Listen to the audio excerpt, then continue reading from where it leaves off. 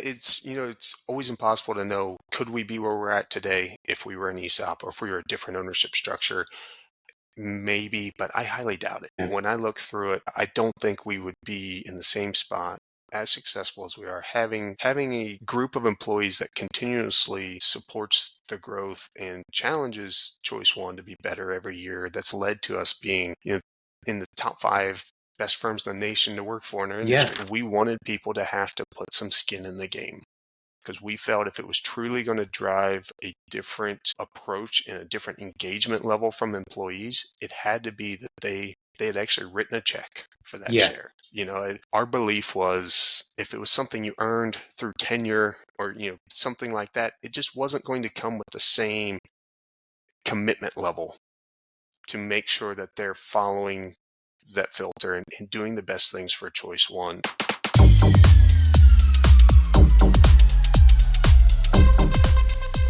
All right, welcome to this week's episode of The Freedom Experience. I'm your host, John Moncrief, and today's episode is all about intentional growth, decision-making, and the power of ownership thinking. And I couldn't have a better guest than Matt Hoying to dive into these topics with. So Matt is the president of Choice Engineering. They're a civil engineering firm that has built its success not on just technical expertise, but on a strong cultural foundation. And Matt's leadership journey starts from being a summer intern to becoming the president of the company 20 years down the line. And that whole journey has been shaped by his belief in continuous learning and his commitment to making a positive impact. One of the things that really stood out for me in this conversation with Matt about Choice One is their decision-making filter. It's a structured approach that ensures that every single major business decision aligns with their core purpose, with their vision, and with their values. So they take every major decision that the business makes, and they run it through that filter. And I really thought that was a very unique and very novel way of approaching decision-making within the business. And it's taken them from 20 employees to where they are now, which is 80 odd employees. We also explore their unique ownership model and how it evolved through that same decision-making filter, reinforcing a culture of success. And then perhaps most importantly, we talk about the difference between opportunity-driven growth and growth for the sake of growth. There's the old saying of, if you're not growing, you're dying. But in a conversation with Matt, one thing that was clear is that their business is all about identifying the opportunities, filtering the decision around whether to take up that opportunity or not, or whether to explore that opportunity or not, and then to make that decision on whether to grow or invest in it. So very opportunity-driven growth as opposed to just kind of growth for growth's sake. And I think that's a lesson for many entrepreneurs, including myself, who've had to learn the hard way by pursuing growth for the sake of growth. So whether you're a business owner navigating your own leadership evolution or someone who wants to build a company that lasts, this episode is packed with insights from Matt, and you won't want to miss it. Before we dive in, just a quick favor. If you enjoy listening to this podcast, take a moment to follow the show and leave a rating or review on your favorite podcast platform. It really helps us to reach more business owners just like you and continue bringing the conversation that makes a real impact. All right, with that, let's get started. Matt, super excited. Welcome to the show. Thanks for coming on today. Really appreciate your time. Yeah, thanks, Gene. I love this opportunity to talk not only to you, but hopefully to share with your listeners and get a chance to hear from them as well. Brilliant. Well, I mean, with that in mind, why don't you start off by just kind of giving us a little bit of background about Choice One Engineering and Yeah. So Choice One Engineering, we are a civil engineering, surveying, landscape architecture firm located in Ohio. And we have 2 offices, 80 people total between those 2 offices. We were founded in 1994. I am second generation leadership in the company, not family generation, just leadership generation. And I've been president of the company since 2016 now, and have really grown up here. I started here as a summer intern in the summer of 2004 and have been here ever since. So when we sort of got started and we're chatting, you have had this 20 years, because 2004 now. You started as a summer intern. 20 years in, what are some of the highlights of your thinking back on your career? I guess some of the times where you've come up against big challenges and had to grow as a leader, and how have you navigated some of those? Yeah. Thinking back and I can probably pick one or two things from each kind of phase in my time at Choice One, as an intern, as an entry level engineer. And when I go back and look and think about it, a lot of times it comes back to being willing to ask a question that was really burning inside of me. Yeah, A little personal history. I have an engineering degree. I'm an engineer by trade, but that's never been my passion. It was actually a recommendation from a high school math teacher to get into people management by way of getting an engineering degree. Um, and so I've always. It's not that I don't enjoy engineering. It's just I have interest in things other than the fine details of a project. yeah, Helping other people out has always been something important to me. And so there was always usually just something more to what I wanted to do, rather than just sit behind the computer and do really great designs. And I'm fortunate enough, was at the time, and am still fortunate enough to be in a company whose culture fostered that. The part of the founding story of Choice One is they wanted to create a really great organization that also happened to do engineering and surveying work.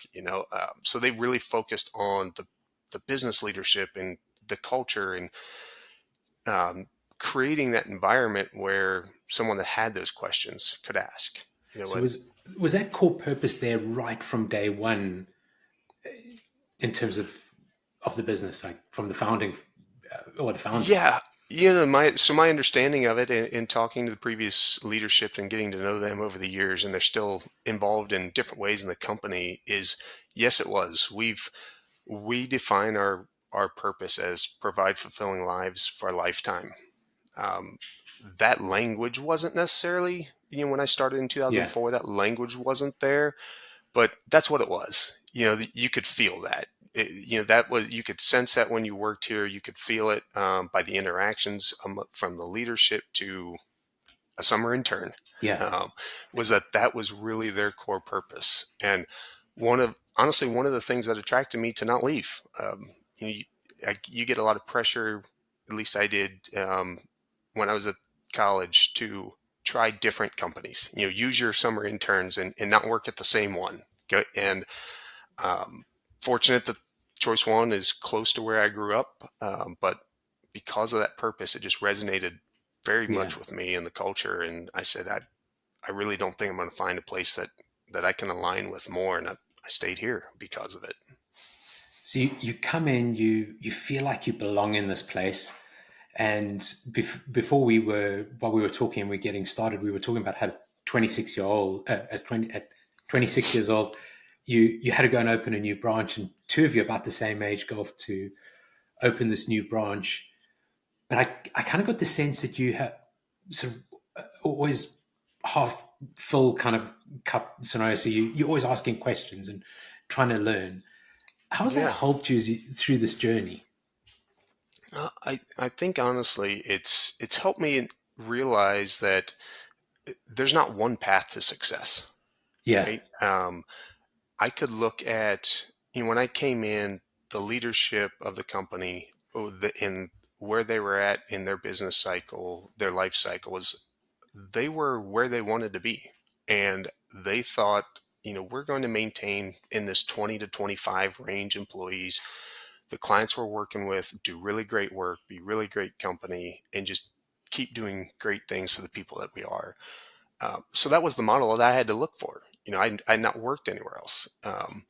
But having that type of culture that allowed that openness to ask that question made me realize that that doesn't isn't how it always has to be. And that's where I'm fortunate to have really great leaders in front of me that were open to that as well. yeah, They had the foresight to look forward and say, this isn't always going to be our company. We want this company to sustain and grow and to thrive well beyond us. And just because we want to be here at 20 to 25 people doesn't mean that that's where the next generation wants to go. And um, so it's just, yeah, just having those different opportunities and seeing the how receptive the former leadership was to, let's try something new. If Yeah. Matt's interested in it, or if Brian's interested in, Right. let's try it. And um, let's run it through our filter. We're really big here at Choice One. We talk about our decision filter. What's our purpose, vision, mission, core values, our strategic priorities. If the decision, if the opportunity supports all of those things, Okay. then let's go for it. And you've got to have a lot of clarity around what those things are in order to be able to run, hey, should we go open a new office? We've never done this before.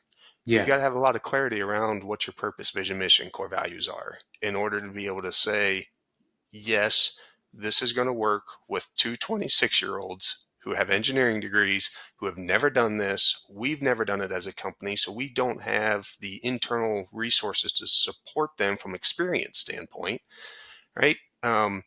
But when you run it through that filter and it's a clear yes, then it's almost like it's going to work, or it wasn't meant to be. Where did that decision come from? Was it something that was coming from the founders, or did it come from the employees up, or what made you decide another branch was made sense? Um, it was honestly, we were at a business seminar, a leadership seminar, and the somebody brought up the old adage, if you're not growing, you're dying, Yeah, okay. right? And um, so I, being young and inexperienced, I say young and dumb, in my, where I was at that point, so I kind of challenge our current leadership, like, hey, you guys have said you don't want to grow. Does that mean that we're dying? And they help me see that no, it doesn't. Like, Okay. Yeah. it's it's two completely different cultures, but you can be successful in both of those. If you want to be really great maintaining who you are, working with the people you work with now, that doesn't mean you're dying. You can Yeah. thrive in that environment, but it's a certain type of culture that's going to require that. That path will require a certain culture to allow that to be successful. One of Yeah. our one of our core values at Choice One is opportunity through learning. And so when you run this opportunity to open a new office through that filter, and you say, well, that clearly checks this core value. We're going to be able to pursue this opportunity and live this core value, for Brian and Matt. They go down and do this. Plus, it's going to help everyone else learn. No one else has done this. Like, Yeah. we're all going to, everybody in the company had to do something different because we were now doing this, right? So it's, it gave us it gave us that, I guess, reassurance that this is more than likely going to be successful because it fits who we are. Gotcha. Yeah. I loved how you spoke about that when we were kind of just before we hit the record button. But those two different kind of perspectives on growth. So growth for the sake of growth. And I was guilty of that, kind of chasing 5 million, 10 million, 15 million, 20 million. And then get to a point where it's really, nobody likes being in the business. Nobody's enjoying it. It's real. And Yeah. the other one that you talked about, or the way you put it, was growing for opportunity. So you're very intentional. You see an opportunity, you're more intentional about pursuing that opportunity. And if I understand you, the way that you folks are filtering that is putting it through what's our kind of vision, our purpose, our core values, and does this all line up? Is this something that we should be doing or not? Right. Yeah, that's exactly right. I think that your growing or dying mentality has a lot of fear based Yeah, behind it, right? And what we're doing is we're growing for the opportunity's sake. It's almost like we're playing offense yeah, instead of playing defense. Or, growing or dying feels more like you're playing defense to make sure you don't die, yeah, right? We we believe that we're we wouldn't have to grow. We wouldn't die if we were growing. But here's an offensive opportunity for us that when we run it through our filter, um, we're very careful, and intentional around, again, that filter. Provide fulfilling lives for a lifetime, our vision, our mission, making lives better with enjoyable experience, our core values. None of those things have a dollar amount, a revenue amount assigned to it. We don't ever put a target out there and say we want to get to 25 million. You know, Gotcha. we may list that as an objective, but that's the result of the things that we want to do. We have people that want to learn a new service. And in order for them to do that, we need to go get that type of work in. And if we do that, here's what the result will be. Yeah. So there are numbers there, but it's never what we lead with. We never Okay. say, hey, in 2025 or in 2026, we're going to get to this revenue level or this profit level. We say more of, here are the opportunities that we're going to have the chance um, to take on, and hopefully we can be successful with them. And if we are, here's what we think this will look like. Um, And that if I'm right here, that's driven by the alignment between the employees and the business. Your employees have a lot of input into the direction of the business, I guess, as long as it goes through the filter properly. But how do you balance that? I know I've heard you talk about the sort of process that you go through, but for the listeners, I think it'd be something really interesting if you can give us a bit of yeah, insight into that. yeah. So it may sound like a broken record here, Gene, but again, you put everything through that filter. And when I say everything, I mean everything. So our structure is Yeah, set up to support that filter. Our structure is a very flat organization structure. As president of the company, I'm in peer groups with other presidents. The things that other presidents keep on their plate or feel they have to have on their plate is sometimes exponentially the amount of things that I have on mine.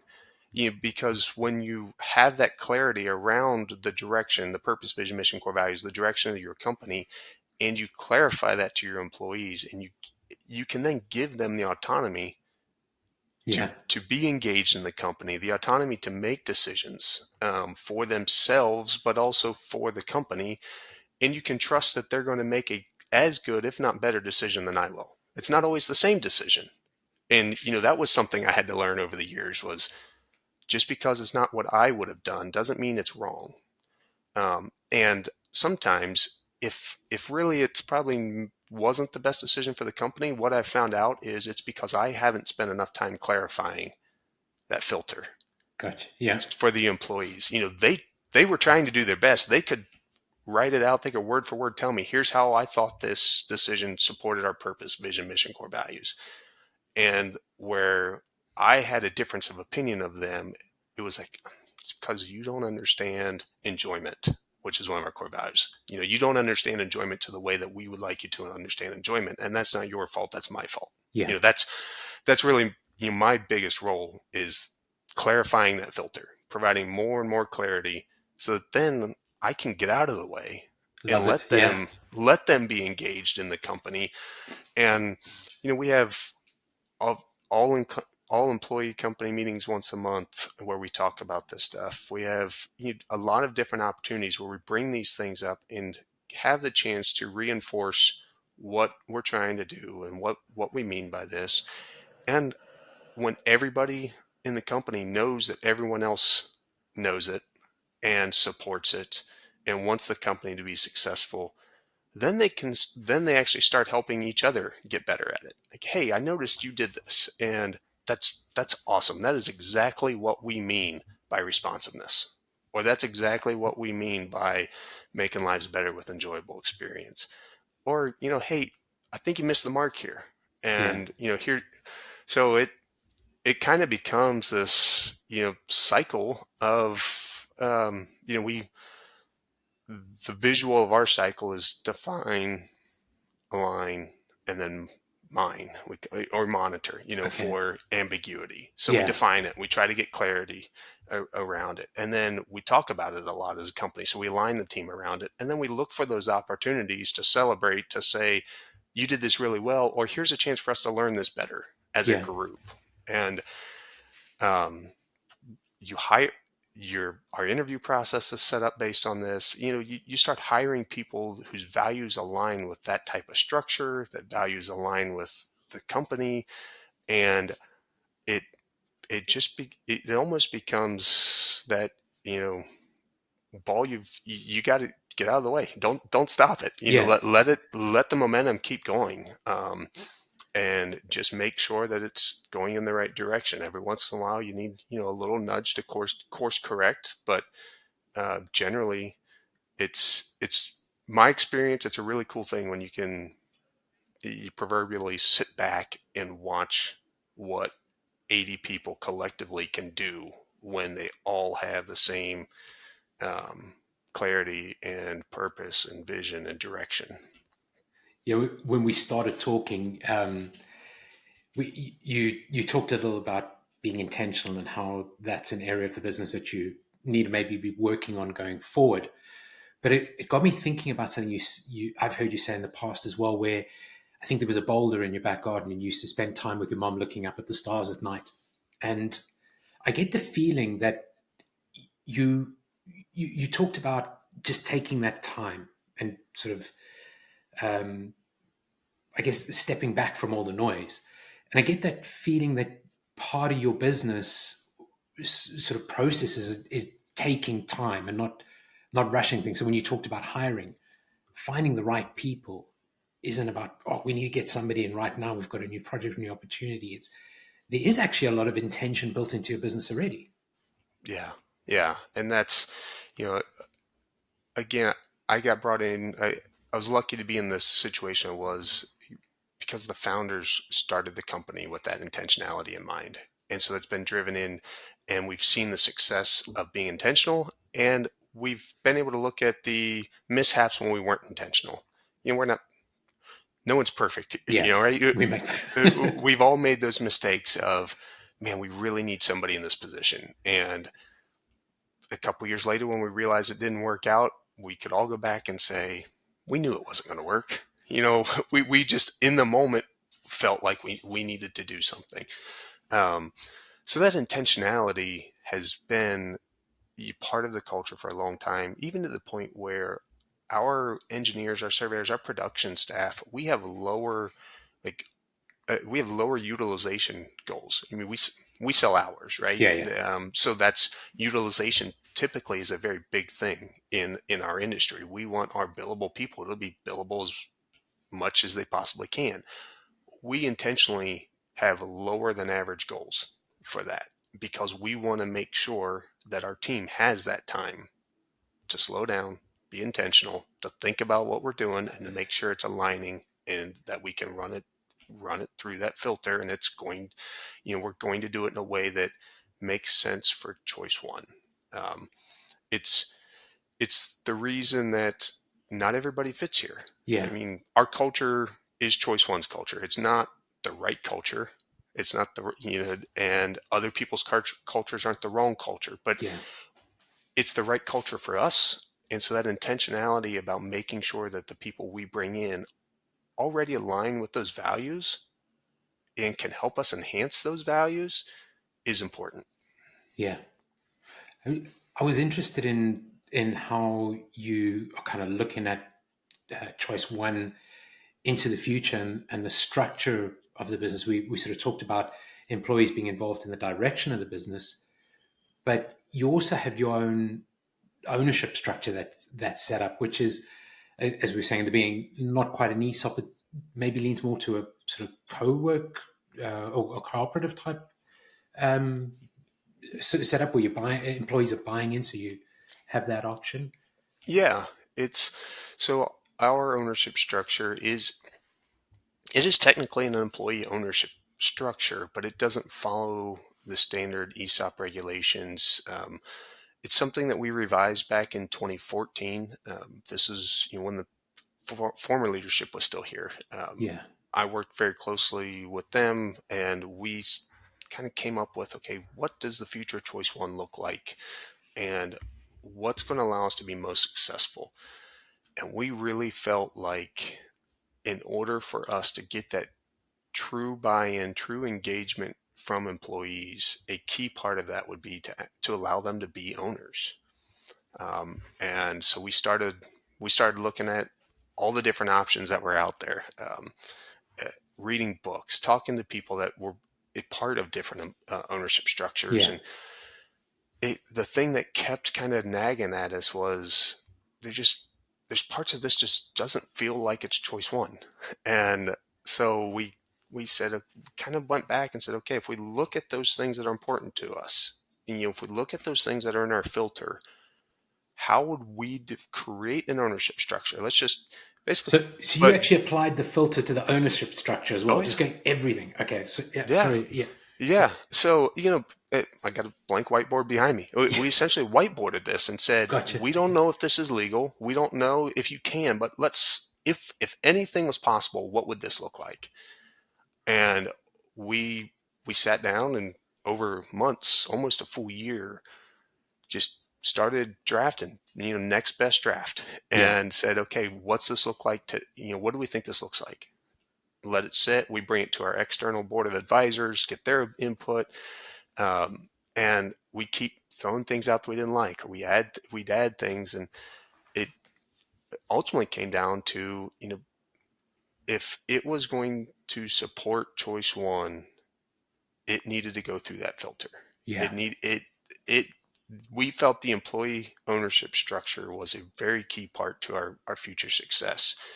Um, so we ultimately the thing we settled on was, if you're here for 3 years, um, it gives then you have the opportunity to buy in to ownership. The 3 year period gives us time, because like I said, we don't always get the interview process right. Yeah. But gives us time and gives the employee time. Hey, is this a place that I really do want to be and that our values aligned? And it gives us time to work through things in those 3 years. If we find out that, hey, maybe there's, yeah, some things that maybe I don't fully understand about choice one, or maybe we don't fully love what we see from this employee. It gives that time. Um, but then if you're willing to, and if it's, if you've got the ability to, you can buy shares.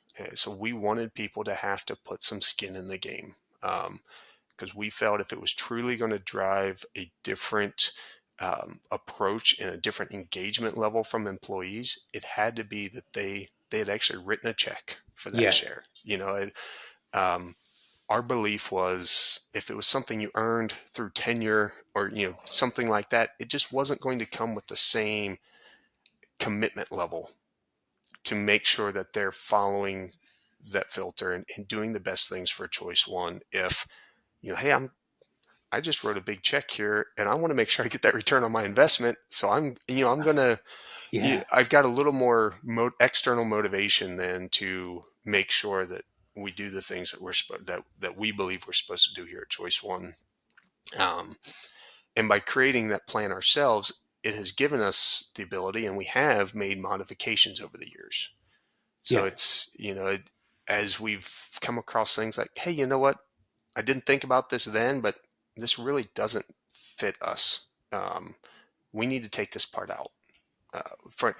One example is, as president of the company, when we first kind of revised the plan in 2014, I could own a maximum percentage of the Okay. company. I could own 20% of the company. The other employees were on a maximum number of shares. Okay. So as new people bought in, their ownership percentage would go down. Gotcha. But Okay. I'd have the ability to buy more shares also and keep my percentage at 20%. Okay. And that you, it became clear that that wasn't going to support our filter. For Okay. me, for me to be able to kind of separate myself from everybody else. So now um, I'm on a maximum number of shares as well. I think this year I own just under 14% of the company. And every year we sell more shares, that percentage is going to continue to go down in the same rate that everyone else's percentage will go down. So And ultimately, choice one, if an employee leaves the business, the shares are bought back by choice one and they stay within in the business. And then as more and more employees own the overall kind of share allocation, whether you're the president or I guess somebody who's come in for the past 3 years and a newbie owner, you all have there's no how to put it. Nobody's kind of got a chance of getting more shares than everybody else, sort of thing. There's Right. equal ability. Yeah. Yeah. Yeah. We've, I mean, there's some nuances to the plan of because of the type of business we are and our state board, we need to be owned by 51% licensed professionals. And Gotcha. so the those people that hold those licenses are able to own more shares than our full-time people Yeah. that don't have those licenses. And the people that are part-time own less shares than the people that are full-time. But yeah, they everybody knows what's their maximum number of shares that they can own if they so choose. They don't, and there's no penalty for not buying. This is being an owner of Choice One is a shareholder. It's an investment, just like if you were to buy a share of Google. Yes. Just we're an 80-person company. You have to be an employee to own it, and so you've got more impact on whether that share you get return on that share or not. But Okay. yeah, we don't. There's no. It doesn't hold you back from any professional growth opportunities within the company if you choose not to buy shares. We very intentionally separated ownership from management. Okay. And I mean, here's the thing, I guess, for listeners is that if you're listening to this and you're thinking that ESOP is the only answer, there are different. You guys took a year. You took the whiteboard, as you said, and you kind of put it through your filter, which is, and I love how I think your core purpose is around providing fulfilling lives for a lifetime or something along Yeah, those lines. So you're obviously kind of starting with that and working through it. And I know enjoyment has come up, opportunity for continuous learning or opportunity through learning. So you're kind of looking at that, putting your whole ownership structure through that and saying, well, we don't know if this is legal, but let's create something that works for us and then go back and kind of make sure I suppose one of the requirements was making sure that 51% is owned by folks who are suitably certified because of state legislation. yeah, yeah. And I should mention, just so everyone knows, we did run this past our attorneys. We did run this Yes. past court, to make sure it was legal after, but we didn't want to start there. We, um, I'm a brainstormer. I like to just chase random ideas, and so for me, I don't like to start with um, restriction. Yeah. I want to whiteboard it, and I want to say, okay, let's pretend we could do this exactly the way we wanted it. What would it look like? And then let's figure out, can we do that? What guardrails do we have to play within? That sort of thing. But um, that is something that anytime someone asks me about our ownership structure, and that's something I try to encourage them is there's there are a ton of resources out there. There are some kind of pre-canned ownership models that you Yeah. can learn a lot about. And I'm Very not saying quickly. there's not saying there's anything wrong with those, but in my opinion, it's very important for that ownership structure to match to flow through your filter. Yeah. If you want your organization to continue to be successful into the future, maybe during your time there, even beyond your time there, it's got to flow through your filter. And for a different culture and a different filter, an ESOP may very well support that, right? I don't hate on ESOPs, or I don't hate on any of the other structures, but uh, when I first started this investigation in 2014, that's becoming an ESOP would have been the easy solution because that was the thing that was most prevalent. There was a lot of resources, there were a lot of books out there. You could read a lot about ESOPs. Um, it was harder to create a system that that went through our filter and supported what Choice One wanted. But in my opinion, and I think if you ask the other even 80 people here, much less just the 45 owners, the rewards of doing that hard work have been exponential. Yeah.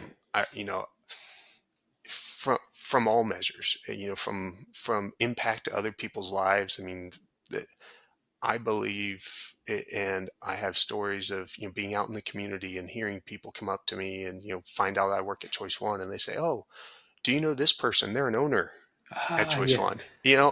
And so I know people have a lot of pride around the fact that not only are they an owner, but they worked hard to be able to save money to buy shares, and now they've got a different mindset around being an owner because of that, right? yeah, And they have a different level of pride of Choice One because of the investment that they put in time, savings, that sort of thing, to become an owner of Choice One.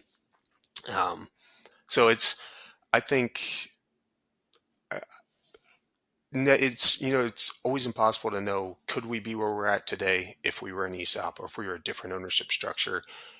Maybe, but I highly doubt it. yeah. When I look through it, I don't think we would be in the same spot as successful as we are having a group of employees that continuously supports the growth and challenges Choice One to be better every year. That's led to us being, you know, in the top five best firms in the nation to work for in our Yeah. industry for, now 12, 12 years running.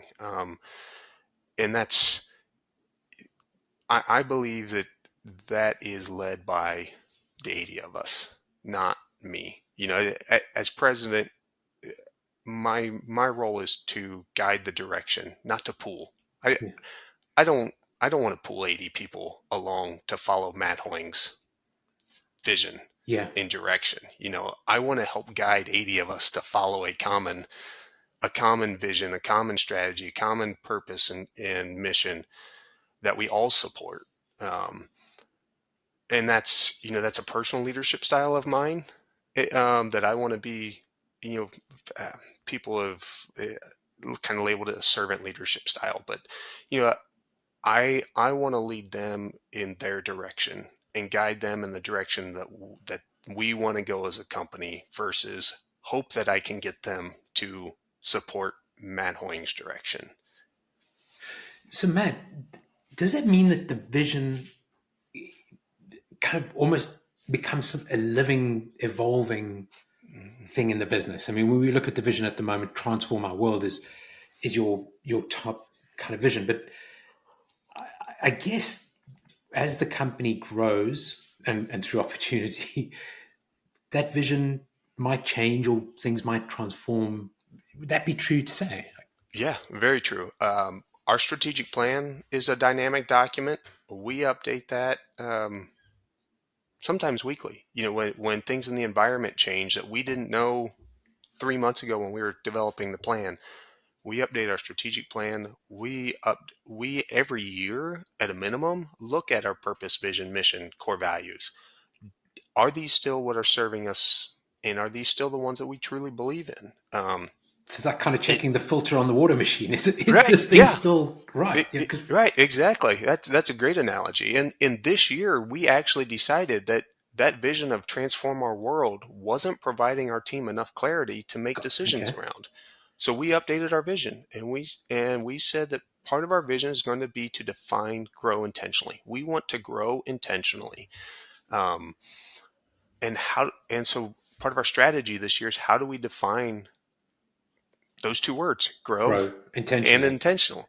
Yeah. What are those things that are so important to Choice One that, whether we're 80 people or 150 or 300 people in 10 years, that we still need to be making sure that we are, doing, because we may be doing them slightly different, right? As you grow, sometimes that necessitates that. Yeah. But in the past, we have grown, um, because we've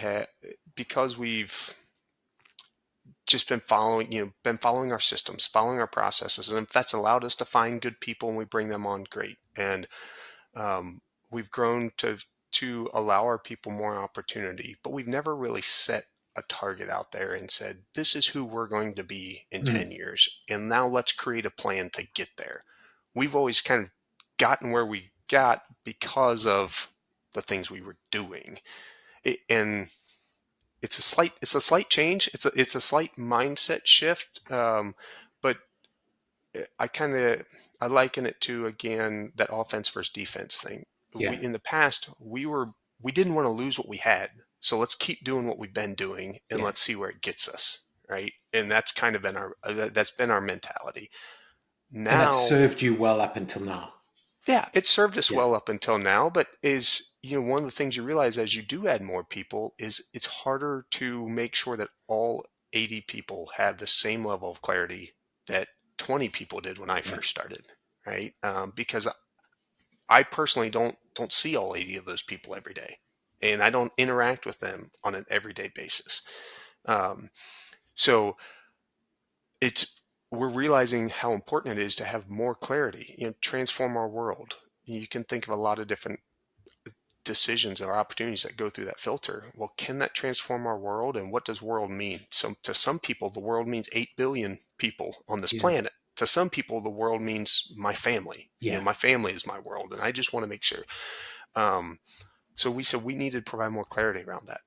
So yeah, it's very much uh, everything we're doing here, we try to run through that cycle, define it, get as much clarity around it as we can, align the team around how we're defining it and what that means, and then look for opportunities to make it better. Look for Okay. those opportunities where we are mining for conflict, mining for ambiguity because someone didn't understand. Well, the way I Yeah. define transform world is this planet. The way that she defines transform this world is her community, and the way that he defines transform this world is his family. Yeah. It's hard for us all three to be making the same decision then if we have three completely different decision points. So the water's not coming out clear. We need to Right. change, kind of adjust the filter to Yeah. to get clarity. Love it. Yeah. Love. And Yeah.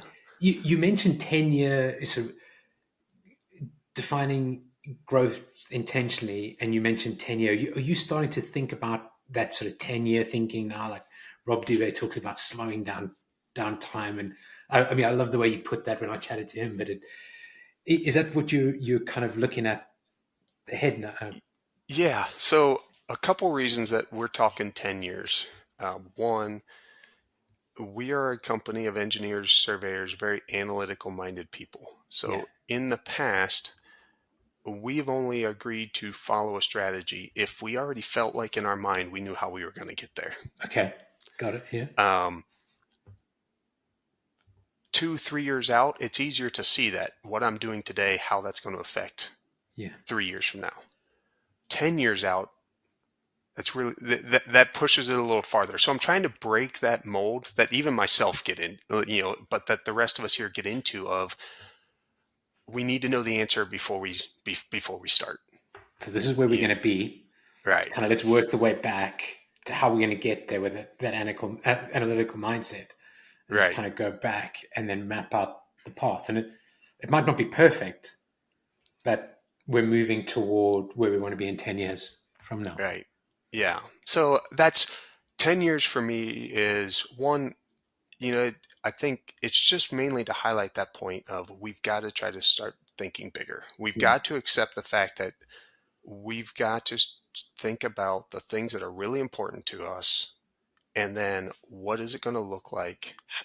How are we going to try to get there? And eventually, we've got to break that 10 years down. Yeah. Our strategic priorities, we focus on 1 year. What's the most important thing we can do this year? Um, Hopefully, being successful in that will support that 10 years. And we do that 10 times and we'll be where we want to be 10 years Yeah. from now. That's that's the idea. Candidly, this is the first time we've done that.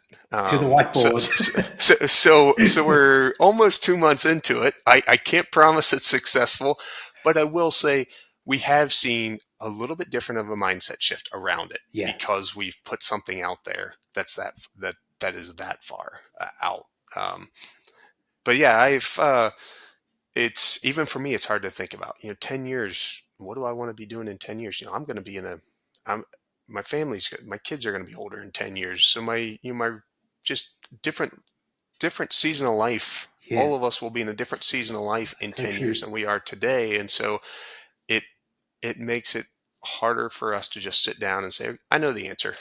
Yeah. I already know the answer. Okay, let's fill this out and let's just wait for that to happen. Um, this is going to make us hopefully consider it deeper, consider the pros and cons, and not just say we've got to be able to jump into an answer right away. We're going to have to work through it, leave that North Star, leave that guiding light, that's where we want to get. Um, but what we're doing today, candidly, we don't know if it's going to help us Yeah. get there or not. So let's not make the next best right decision and move on. Yeah. And one of your core values is timelessness and, or yeah, timely. No, it's timeliness. Sorry, that I Yeah, got it wrong, but I knew there was time in there somewhere. I was trying to remember. But I mean, it feels like you're building a company with that intergenerational view. So yeah. this is Well, very good.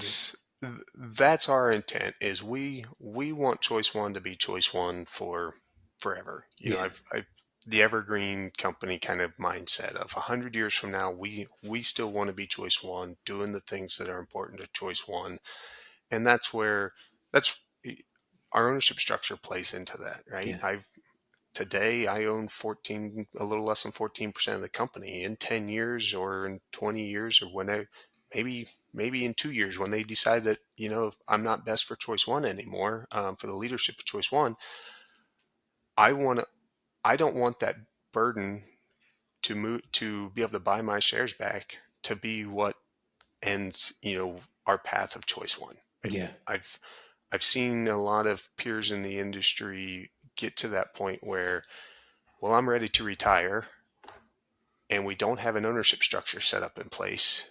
And so the options then are to go sell out, be acquired by somebody else. private equity, Or, strategic, whatever it's going yeah, to be. Yeah, yep. Or yeah, close the doors, or close the right? doors. And that's, that's something that, that's something that honestly, neither one of those options are super appealing to Yeah, me, or to Choice One.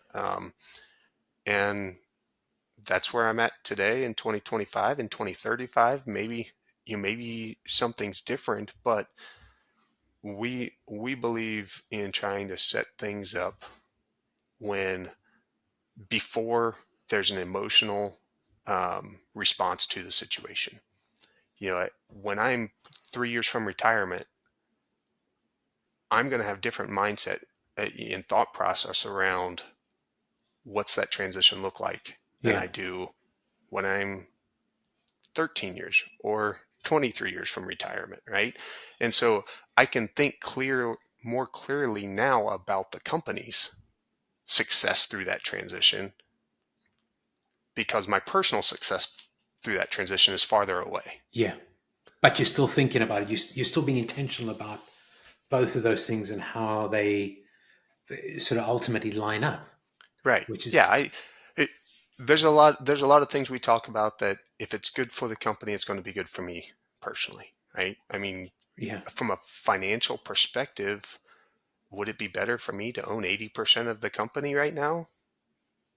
Maybe for the short term, but I think long term, I'm in a better, I will be in a better financial situation because we had a company of owners that were engaged in the company as opposed to me owning 80 yeah, or 100% of the company and just and having a company of employees that would come in and do their jobs really well.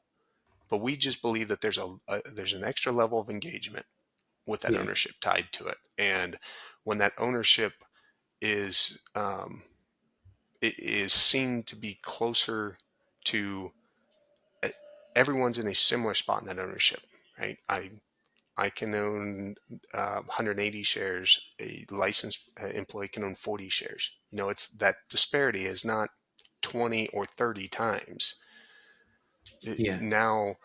Now there's everyone's personal success relies on the company's personal success.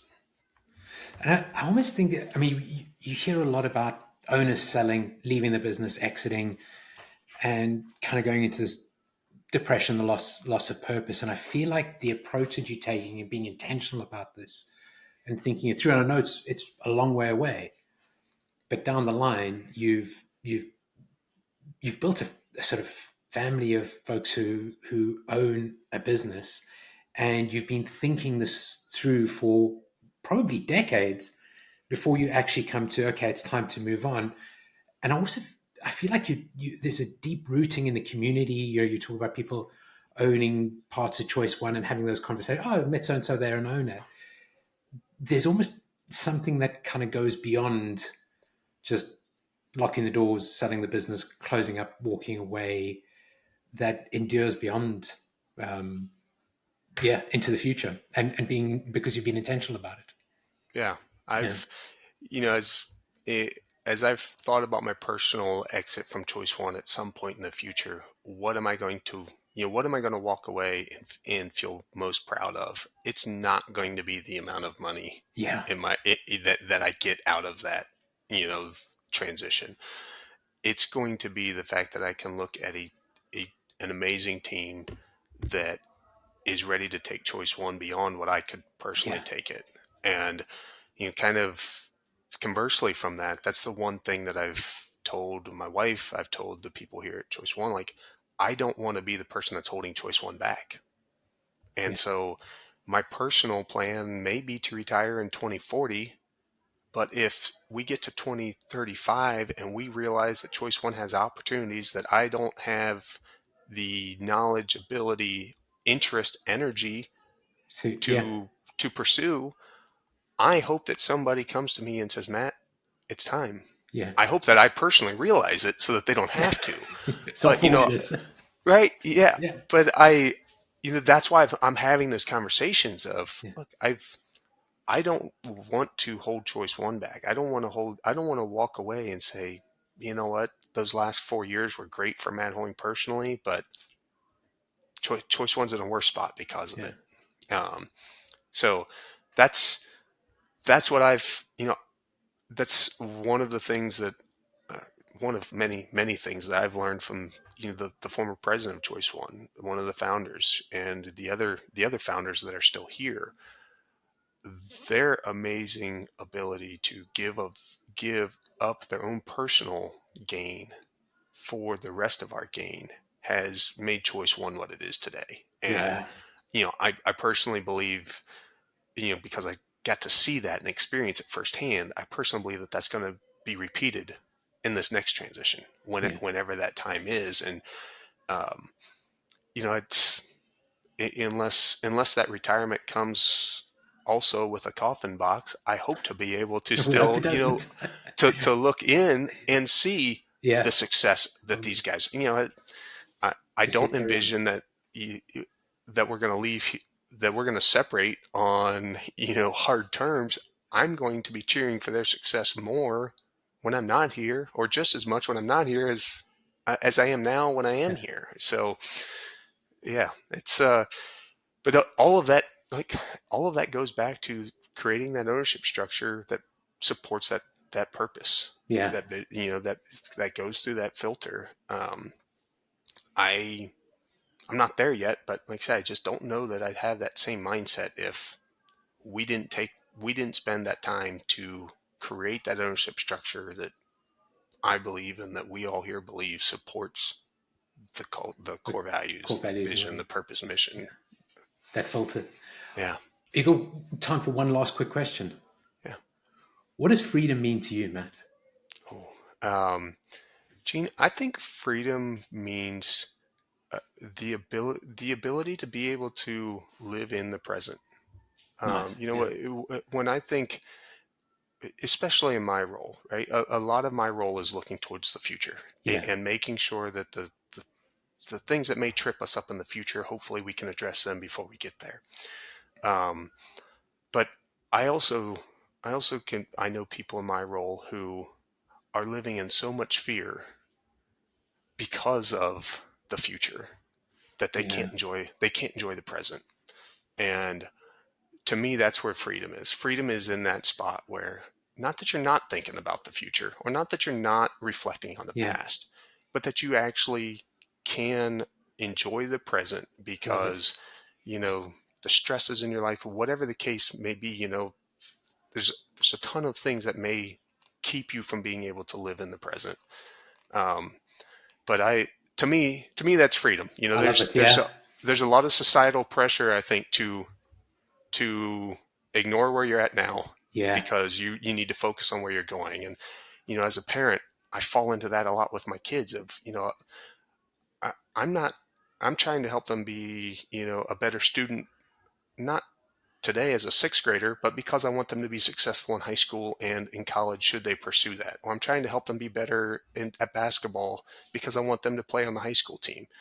And she's a fourth grader. Yeah. Like I need to allow them that freedom to just be a good, just enjoy being a fourth grader, enjoy being 10 years old, and that kind of thing. And so that's freedom to me, is when your circumstances allow you to live in the present and enjoy the present. I feel like that comes from your mom, the boulder, and looking up at the Uh, night sky at night and just being in the present for a bit. yeah, Lovely. Yeah, yeah. beautiful. Matt, thank you so much for coming on. It's been fantastic talking to you. Gene, I love it. I can't believe the time's been up already. It's Every time you and I have a chance to connect and chat, it's the same. But very much appreciate the opportunity to share, and hopefully it helps one person out there. And I hope I'm sure people feel many. welcome to reach out to me, and I'm always happy to connect one on one with any of your listeners. Also, And we'll put all your details in the notes. Yeah, make sure everybody's got your contact details.